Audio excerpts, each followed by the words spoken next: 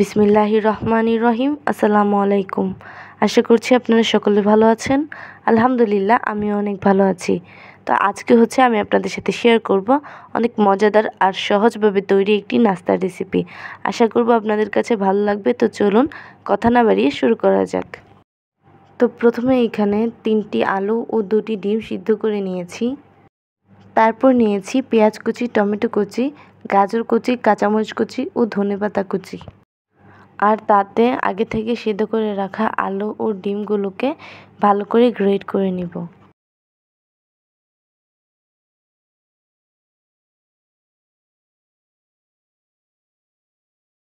তারপর তাতে দিয়ে দিচ্ছি প্রায় 1 কাপ পরিমাণ ময়দা, আর দিয়ে দিচ্ছি প্রায় 1 কাপ পরিমাণ বেসন, আর দিয়ে দিচ্ছি একটি মশলার প্যাকেটের সম্পূর্ণ মশলা।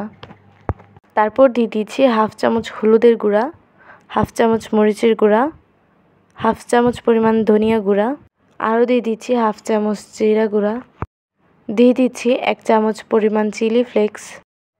এখন সবগুলো উপকরণগুলো হাত দিয়ে ভালো মতো মিশিয়ে নিব। তো এই তো আমি সবগুলো উপকরণ হাত দিয়ে ভালো মতো মিশিয়ে নিয়েছি।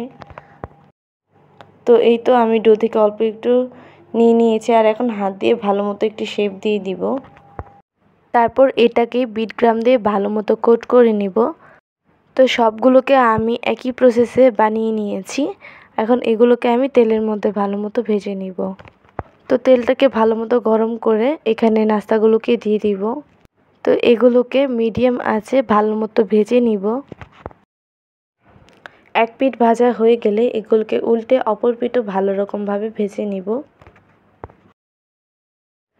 তো এগুলোকে দুই দিকেই ভালো রকমভাবে ভেজে নিয়েছি, আর এখানে পারফেক্ট কালারও চলে এসেছে। এখন আমি এগুলোকে তুলে নিচ্ছি।